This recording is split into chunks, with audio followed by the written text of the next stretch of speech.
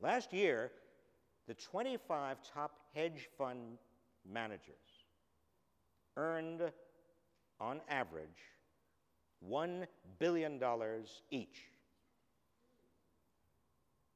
$1 billion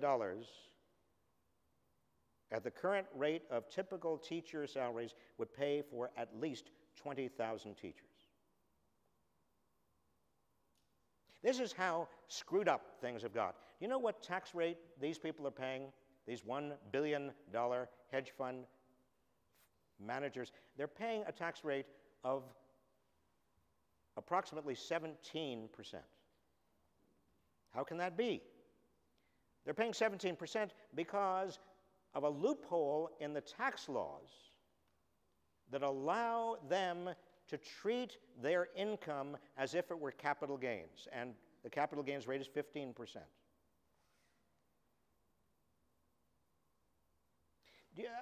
This is important. It's important for everybody to understand. I'm not picking on these 25 billionaires. I'm using them as examples.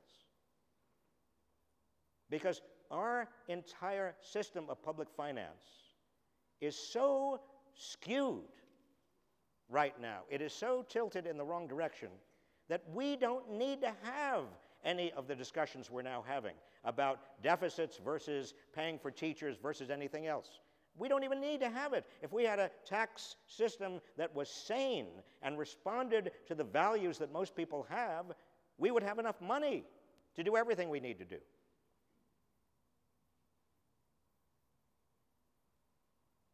But how do we get there? We get there through people being sufficiently outraged that they get involved in politics. Now, I know when I say the word politics, many people, when they say politics, they hear, politics comes from the Greek root poly, meaning many, and ticks, small blood-sucking insects.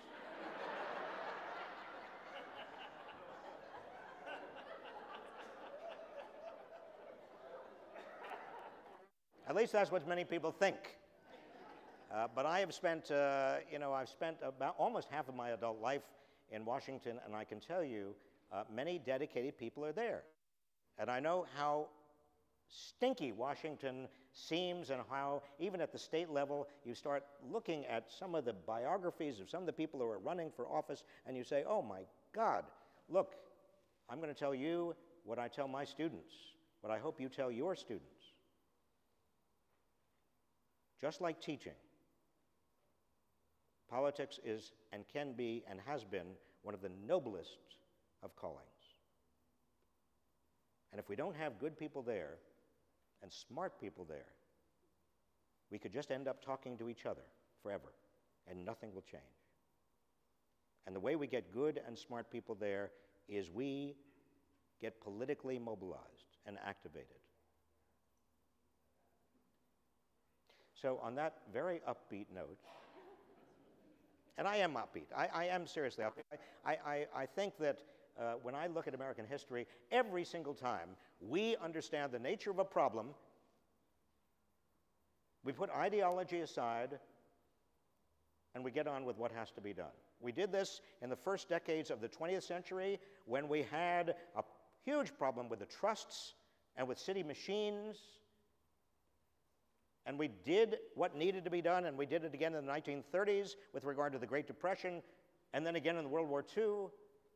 And we did it again in the 1960s with regard to civil rights and the Voting Rights Act and the Civil Rights Act.